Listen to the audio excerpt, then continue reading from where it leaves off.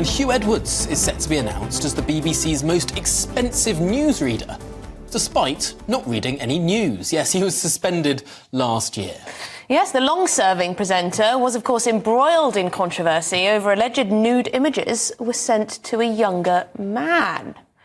Sent to a younger person. He's yet to return to our screens, having to be hospitalised with serious mental health issues. So why is the sidelined presenter still costing the licence fee payer more than £400,000 a year? Yes, some questions here. Why don't we get to our guest? Joining us is the former BBC News producer, David Keighley.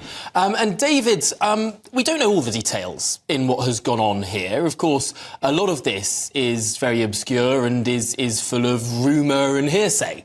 But what we do know is that Huw Edwards allegedly paid around £35,000 for intimate images of a young adult. Now, there's nothing illegal that has been suggested here, but it was deemed to be inappropriate. In any case, perhaps the bigger inappropriateness is that this is a man expected to be the highest paid newsreader for not reading any news.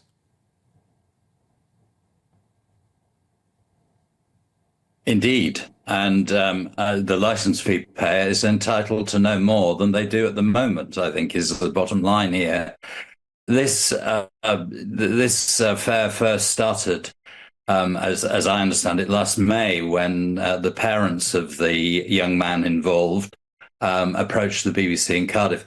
BBC have already admitted that they were very slow to pick this up. It was in July before it came to the full attention of the senior management, again, as I understand it. But this is just classic BBC, I think. They are very good at saying they are going to launch an investigation, but they always do it on their terms, in their own time and in their own way. Now, of course, due process has got to be followed here.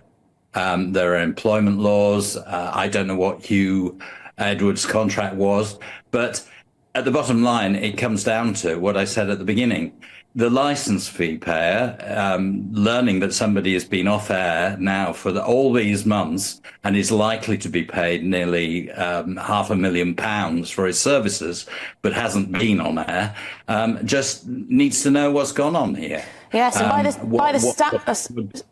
the sounds of it, from reports today, there's lots of people inside the BBC who are, well, irritated, let's say, about the amount of money that Huw Edwards is still being paid.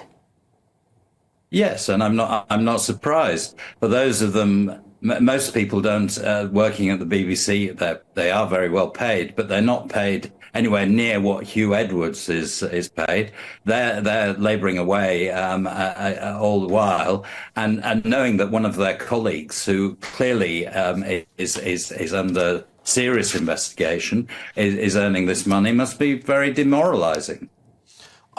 Is there any sort of means of recourse here? I mean, what can happen in a situation like this? There will be thousands of people paying licence fees solely to go towards funding someone who is not currently doing the job they're paid to do. I mean, how long can this situation realistically go on for? That's a very good question. And of course, as I've said, the BBC, this is how they seem to manage their problems these days. There is an urgent need, I think, to look at the licence fee. Some of that, there are elements being looked at, as Tim Davie made a speech, the Director General made a speech last week. But again, it's being done in the BBC's own way, in its own time, and long-suffering licence fee payers must be just wringing their hands and shaking their heads with astonishment that this is taking so long, and he is being paid this amount of money while he's not working. Well, thank you very much indeed, David Keighley. Great to speak to you, former BBC News producer.